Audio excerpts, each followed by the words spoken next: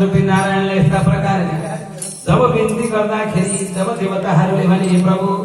अब हजुरले त्यो बलिको सारा सर्वस्व निग्रह गर्नका लागि महाराज बलिको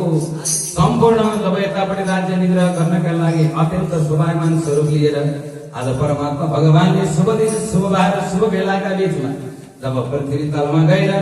आज जन्म ग्रहण गर्नु पर्यो अवतार ग्रहण गर्नु पर्यो भनिरहँदाखेरि यतापट्टि गएर आफ्ना पुत्र इन्द्रहारी गरिएका 33 कोटी देवतालाई साह्रै ठुलो पीडा परेको देखेर यता अदिति माता भन्नुहुन्छ आज जब यतापट्टि गएर आफ्ना पति कश्यपका समीपमा गएर हे पतिदेव हेर्नुहोस् किन भन्दा आज मेरा दिदीका छोराहरू ती आज अनेक प्रकारका असुरहरू भए यी असुरहरूले मेरा पुत्र इन्द्रादी गरेका सारा देवतालाई पीडा दिइरहेका छन् यो पीडा जब यतापट्टि गएर हरण गर्नका लागि तपाईले मलाई कहिले नमर्ने र इन्द्रलाई पनि जित्ने सारा असुरहरूलाई जित्ने आज इन्द्रका भाइको रूपमा जब यतापट्टि गएर एउटा जब यतापट्टि गएर अनेक प्रकारका कोटी गर्दै नारायण नभई